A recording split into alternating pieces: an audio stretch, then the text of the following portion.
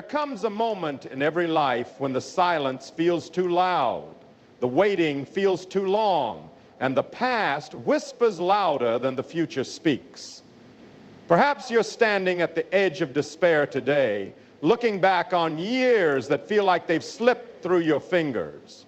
Opportunities missed, time lost, mistakes made, wounds endured, dreams shattered, and the voice of the enemy tells you that it's too late, that the damage is done, that your best days are behind you. But I have come to tell you today, by the authority of the living God, that your wasted years are not the end of your story. God is about to restore all that was lost. He is the God who redeems time.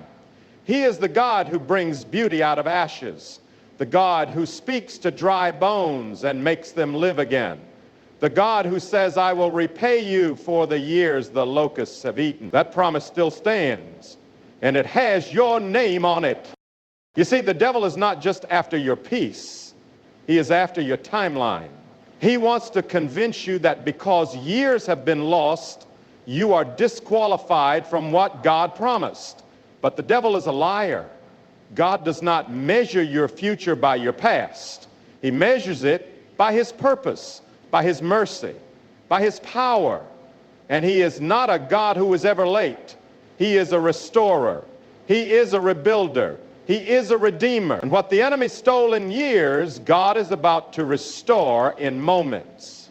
Some of you have wept over wasted seasons, relationships that broke you, addictions that chained you, bad decisions that led you down paths you never meant to walk.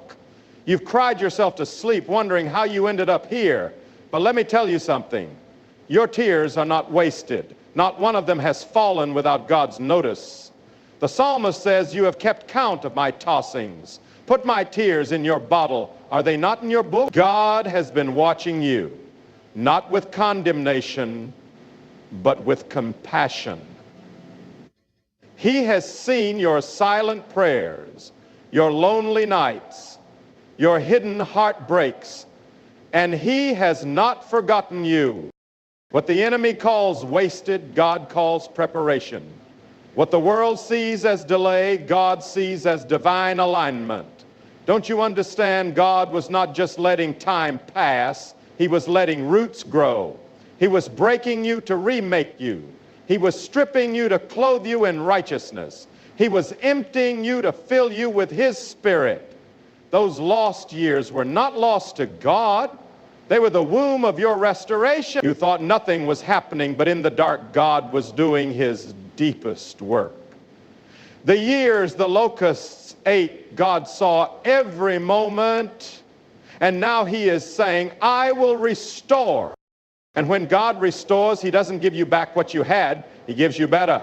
He doesn't rewind the past, he redefines your future. Look at Job. He lost everything, his children, his wealth, his health, and when it seemed that all was over, God restored him, but not just what he had, he gave him twice as much.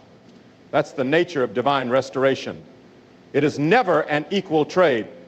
It is always an overflow. God is not interested in merely replacing what you lost. He is interested in revealing his glory through your comeback. Listen to me. Your story is not finished. The pages may be wrinkled, stained with regret, but the pen is still in God's hand.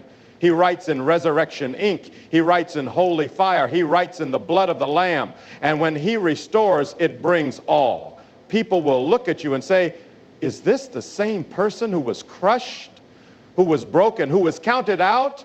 And you will smile, not because you are strong, but because he is. You will say, this is the Lord's doing, and it is marvelous in our eyes. There's a reason why the enemy has fought you so hard. It's because he knows what's coming. He knows that once restoration begins, there will be no stopping it. He knows that when God restores your time, your purpose, your anointing, your family, hell will tremble. That's why he tried to distract you with regret. That's why he tried to keep you stuck in shame. That's why he tried to convince you to settle for survival when God called you to dominion. But today is a shift. Today is a divine announcement. Your delay is over. Your restoration begins now, not because of what you've earned, but because of who God is. He is the one who says, "Behold, I make all things new." He is the one who brings streams in the desert, the one who turns mourning into dancing, the one who takes what the enemy meant for evil and turns it for your good. Your past cannot cancel your call to our mistakes. Do not intimidate your Maker. Let me speak to those who feel forgotten. You've watched others move forward while you felt stuck. You've seen others celebrate victories while you've battled silent battles.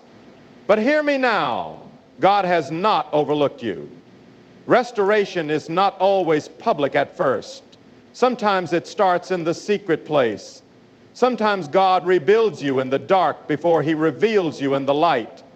Don't despise the quiet season. That's where strength is forged. That's where character is built. That's where healing begins. And when it's time, when God says nothing and no one can stop what he has set in motion. The years you lost to fear, God will replace with courage. The years you lost to confusion, he will restore with clarity. The years you lost to brokenness, he will rebuild with power. Your pain will become your platform. Your scars will become your sermon. What you thought disqualified you will become the very thing God uses to qualify you. Because that's what grace does. It doesn't just forgive, it restores. It doesn't just cleanse, it crowns. And when restoration comes, it won't be subtle. It will be undeniable. You won't have to prove anything to anyone. God will make it evident. He will prepare a table for you in the presence of your enemies. He will anoint your head with oil. He will cause your cup to overflow. They will see the favor of God on your life. They will see the joy that doesn't make sense. They will see the peace that passes understanding. And they will know it was the Lord. There are some of you who have said in your heart, "It's too late for me," but you forget who your God is. He is not limited by age, by time, or by circumstances. Moses was 80 when God called him. Sarah was 90 when she gave birth. Abraham was as good as dead when the promise came. Don't tell me it's too late. God is not looking for perfect vessels. He's looking for surrendered ones. Restoration begins when you stop trying to fix yourself and start trusting the one who made you. God is not asking you to earn restoration. He's asking you to believe that he still has a plan, to believe that your future is greater than your past, to believe that what he started, he will finish. And let me tell you something. God doesn't start what he doesn't intend to complete. He is faithful. And even when you were unfaithful, he remained. He kept you alive when you should have been destroyed. He held you up when you were sinking. He whispered hope when you were surrounded by despair. And now he's about to do what only he can do. Let the devil hear it. Let the gates of hell know it. You are not defeated. You are not discarded. You are not done. You are being restored. And when God restores, he makes it better than before. You're about to walk in places that once rejected you. You're about to speak with authority in areas where you once felt shame. You're about to carry blessing in hands that once were empty, because your God is a restorer. And this restoration isn't just for you, it's for your children. It's for your family. It's for the generations that come after you. The curse stops with you. The cycle of defeat ends with you. God is rewriting your legacy, and what was once broken will become a beacon of hope for others. That's why the battle was so intense. That's why the warfare was so fierce, because the enemy knew if you ever got restored, you'd become dangerous to his kingdom. Don't settle. Don't lower your expectations. God is not just going to mend your life, he's going to magnify his glory through it. Get ready. Restoration is coming, and when it comes, it will not ask permission. It will not wait for the opinions of people. It will not be controlled by the systems of man. It will be supernatural. It will be sudden, it will be sacred, and it will be sealed by the hand of God himself. You will laugh again. You will dream again. You will run and not grow weary. You will walk and not faint. The joy of the Lord will be your strength. And you will look back one day and say, if it had not been for the Lord who was on my side, I would have perished. But now you live. Now you thrive. Not by your own power, but by the Spirit of the living God. So don't look back in regret. Look forward in faith. Don't measure your future by your failure. Measure it by his faithfulness. The God who split the sea is the God who is making a way in your life. The God who rained manna in the wilderness is the God who will provide for you now. The God who brought water from a rock will bring rivers out of your dryness. And the God who raised Christ from the dead is the same God who will restore your years. Lift your head, dry your tears, square your shoulders. The King is not done with you. You are not forgotten. You are not forsaken. You are not a footnote in someone else's story. You are a chosen vessel, and the oil of restoration is being poured over your life. You are about to shine again. You are about to rise again. You are about to live in the fullness of all God intended for you. And when he restores, you will say, these years were not wasted. They were the pathway to glory. You'll look at every tear, every loss, every delay, and you'll see the hand of God weaving redemption through it all. The wasted years were not wasted. They were the soil of your testimony. And now the harvest is ready. Restoration is here. And let me tell you something else, dear soul.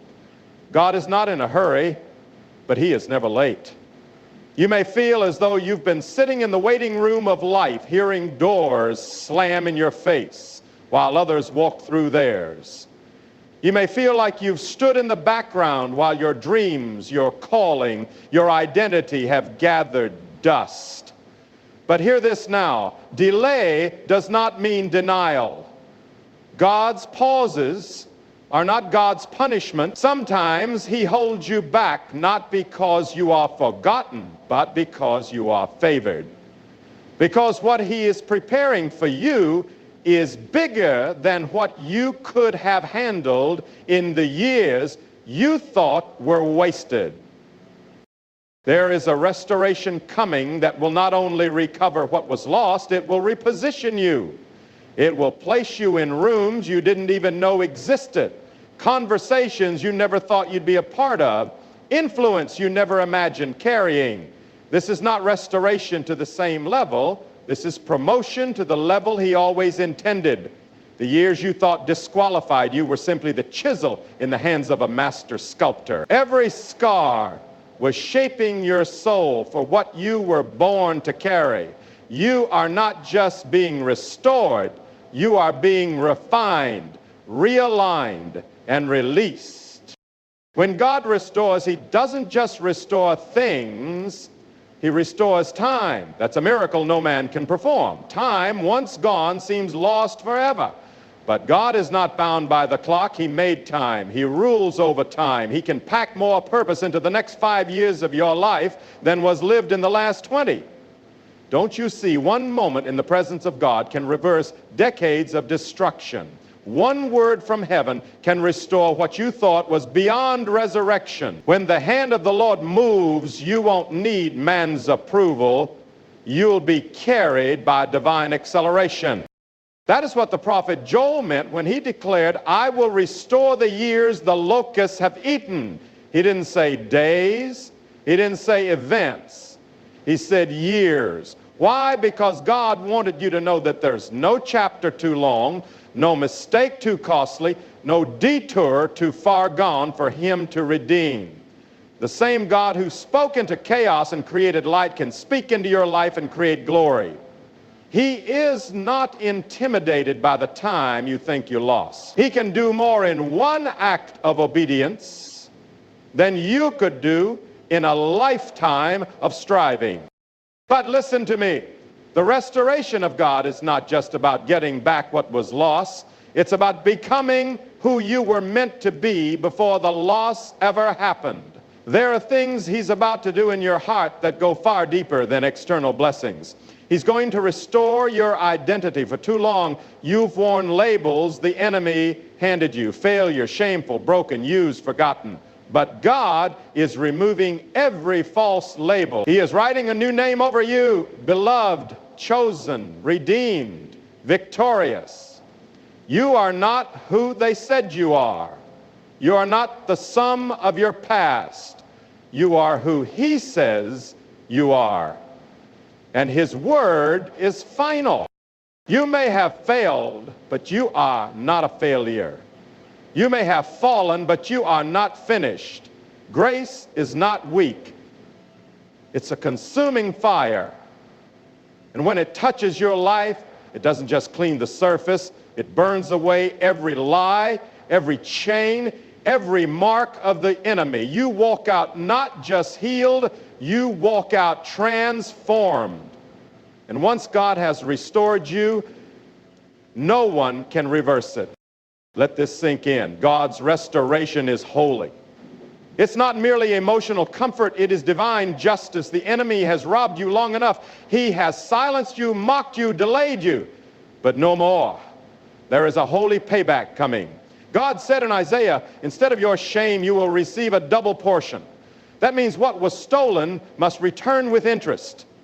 What was broken must be made whole with glory. What was stripped away must return, clothed in righteousness. This is the justice of heaven. It restores with glory. Some of you have lost your voice in the process.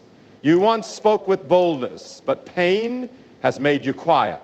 But restoration will give you your voice back, and it will be stronger than before.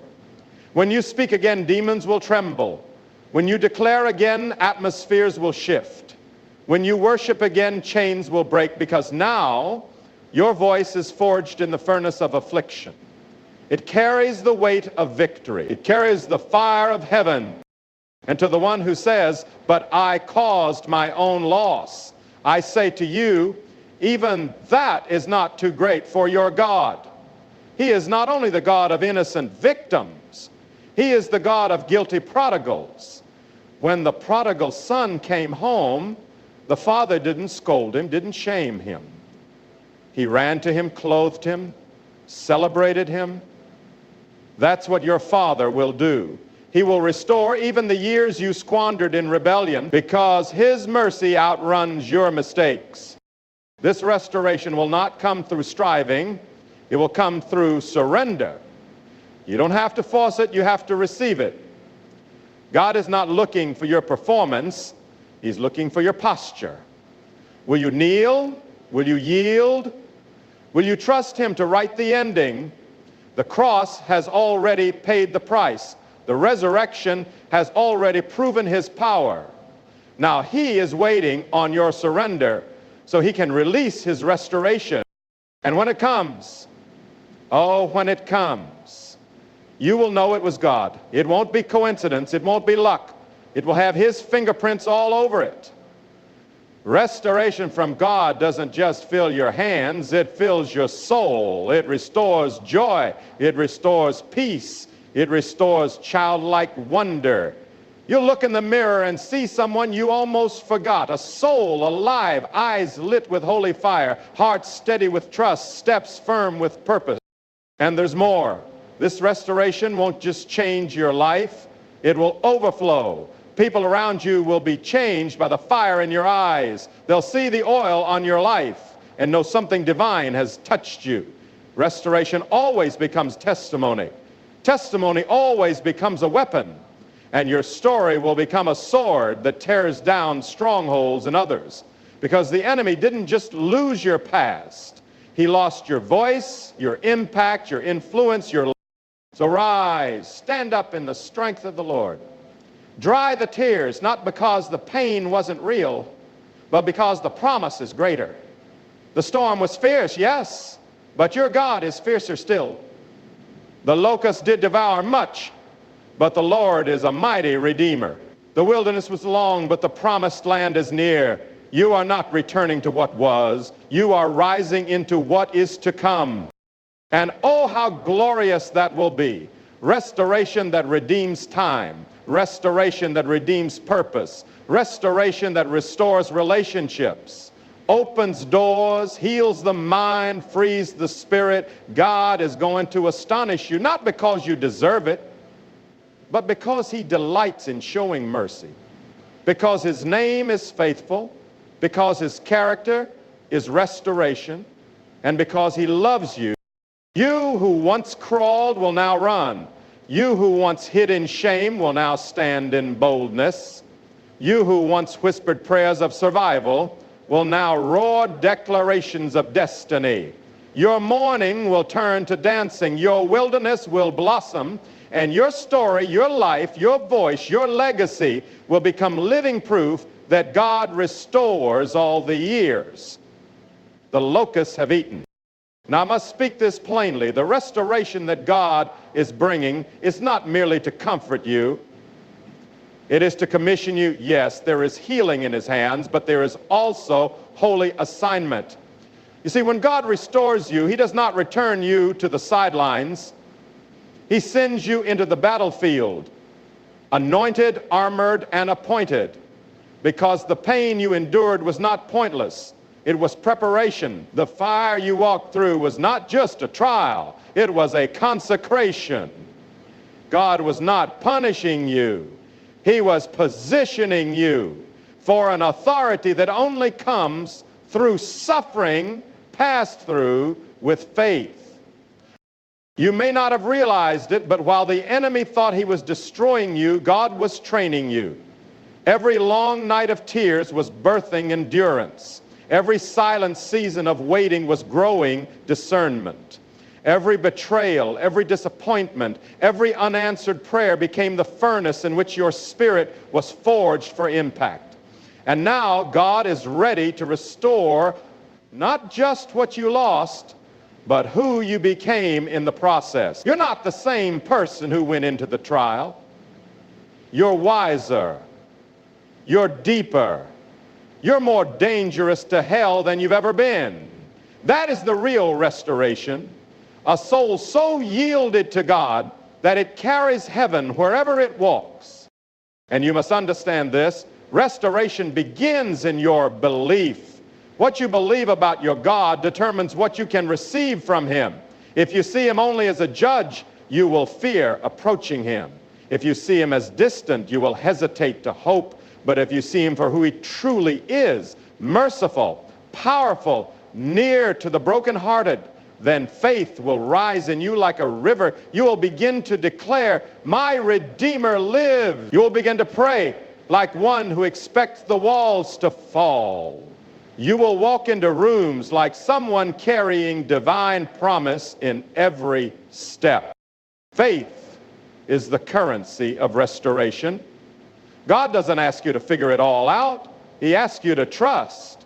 Trust when you don't see it. Trust when you don't feel it. Trust when everything in the natural says it's over. Because trust is what turns the key to the storehouse of heaven. God said in Isaiah 43, behold, I am doing a new thing. Now it springs forth. Do you not perceive it? That means there are times when God is already moving.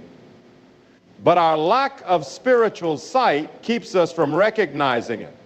You must train your spirit to perceive what your eyes cannot yet see. Restoration is often invisible before it becomes visible. But once heaven has spoken, it will manifest. And yes, there will be warfare. Do not be surprised when resistance increases right before restoration arrives. The enemy knows what's coming. He senses the wind shifting. He hears the sound of chains rattling in preparation to break. He sees the angels descending with keys to doors you thought were permanently shut. So he will attack your mind. He will whisper lies. He will stir up fear. but stand firm, because the fierceness of the battle is the forecast of the breakthrough. You are not breaking down, you are breaking through. I tell you with urgency, don't curse the season that wounded you. For what the enemy meant for evil, God is now turning for good. The pit you were thrown into is the very place God will elevate you from. Just ask Joseph, just ask Job, ask David, ask anyone who's ever carried the mantle of God's calling. The pattern is the same: pain before power, loss before lifting, wilderness before wonder, and just like them, you will emerge not just restored, but carrying restoration for others. You'll be the one who walks into a broken room and brings hope. You'll be the one who speaks and spirits are lifted. You'll be the one who testifies, I know my God restores. I've seen it. I've lived it. And don't mistake quiet for inactivity. Just because God has been silent does not mean he has been still. Oh no. He's been working in the background, orchestrating connections, preparing people, moving hearts, shifting circumstances, aligning divine timing. When the fullness of time comes, restoration will rush in like a flood. What you waited years for will unfold in moments, and it will be undeniably God. No man will be able to take the credit. No lie will be able to steal the glory. It will be stamped with heaven's seal. This is the Lord's doing, and it is marvelous in our eyes. So I ask you now, are you ready? Are you prepared to receive not just comfort but commissioning, not just healing but heavenly authority? Because when God restores, he does not leave you where he found you. He lifts you. He sends you. He uses you. And there are people waiting on the other side of your restoration. There are captives bound in chains that only your testimony will unlock. There are voices silenced by shame that will find courage through your story. Your restoration is not just for you. It's for the kingdom. This is the hour to rise up. This is the hour to shake the dust of regret from your feet. This is the hour to cast off the garments of shame and wear the robe of righteousness. This is the hour to prophesy again, to dream again, to believe again. The years were not wasted. They were woven into the tapestry of a testimony that will thunder through eternity. You were not disqualified. You were prepared. You were not abandoned. You were anointed. And soon the world will see what God can do with a life surrendered, broken, but believing. They will see the glory shine where ashes once lay. They will witness beauty rise from ruin, and they will know this must be God. For no man could restore with such precision. No counselor could heal with such depth. No scheme of man could orchestrate such a divine reversal. So hold your head high. Walk forward, not with pride, but with holy confidence. The King is restoring what the enemy devoured. The Father is redeeming what you thought was ruined. The Spirit is reigniting what the world tried to snuff out. You are not forgotten. You are not forsaken. You are not finished. You are chosen. You are beloved. You are rising. And the years you thought were wasted, they are about to become the most powerful part of your legacy. So now I say to you, this is your moment. Not tomorrow, not next year, now. This is the sacred turning point where heaven leans in, where grace stands at your door, knocking, waiting, yearning for you to open wide and let the flood of God's restoration rush in. Let every doubt fall to the ground. Let every fear melt in the fire of his love. Let every lie be silenced by the truth of the cross. You are not walking away from this message unchanged. You are walking away called, commissioned, and crowned with purpose. Stand still in your spirit and hear the voice of the Lord saying, I will restore you.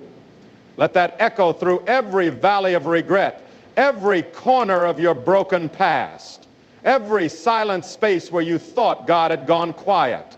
His voice is still speaking. His hand is still reaching. And his heart has never left you, not for a single breath. You were seen in the storm. You were loved through the fire. And now you are being raised in glory.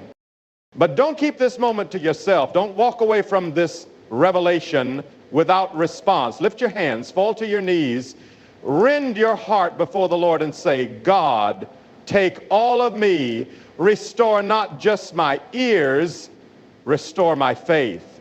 Restore my fire. Restore my fellowship with you. Let the Spirit of God awaken everything that has slept too long. Let the chains of spiritual complacency be shattered. Let every idol be torn down. Because restoration without intimacy is incomplete. And what God wants most is not just to repair your life. He wants to walk with you in the garden again. He wants your heart. So I dare you now, I challenge you in the power and name of Jesus Christ, return to your first love. Return not with conditions, not with rehearsed excuses, but with open hands and a surrendered soul. Cry out like David, create in me a clean heart, O God, and renew a right spirit within me. Let repentance wash you. Let grace remake you. Let the fire of his Spirit consume everything that is not eternal. Because what's coming is not religion, it's resurrection. What's coming is not routine, it's revival. But it must begin in you. And as you go, carry this truth like a sword in your spirit. No matter how much has been lost, no matter how long the silence, no matter how deep the wound, God restores. He restores completely. He restores beautifully. He restores purposefully. And he will not stop until your life radiates the glory of what only his hands could do. So rise, child of God. Wipe your tears. Strengthen your spine. Lift your voice. The wasted years are over. The time of restoration is here. Now go and live like you believe it. Go and walk as one redeemed.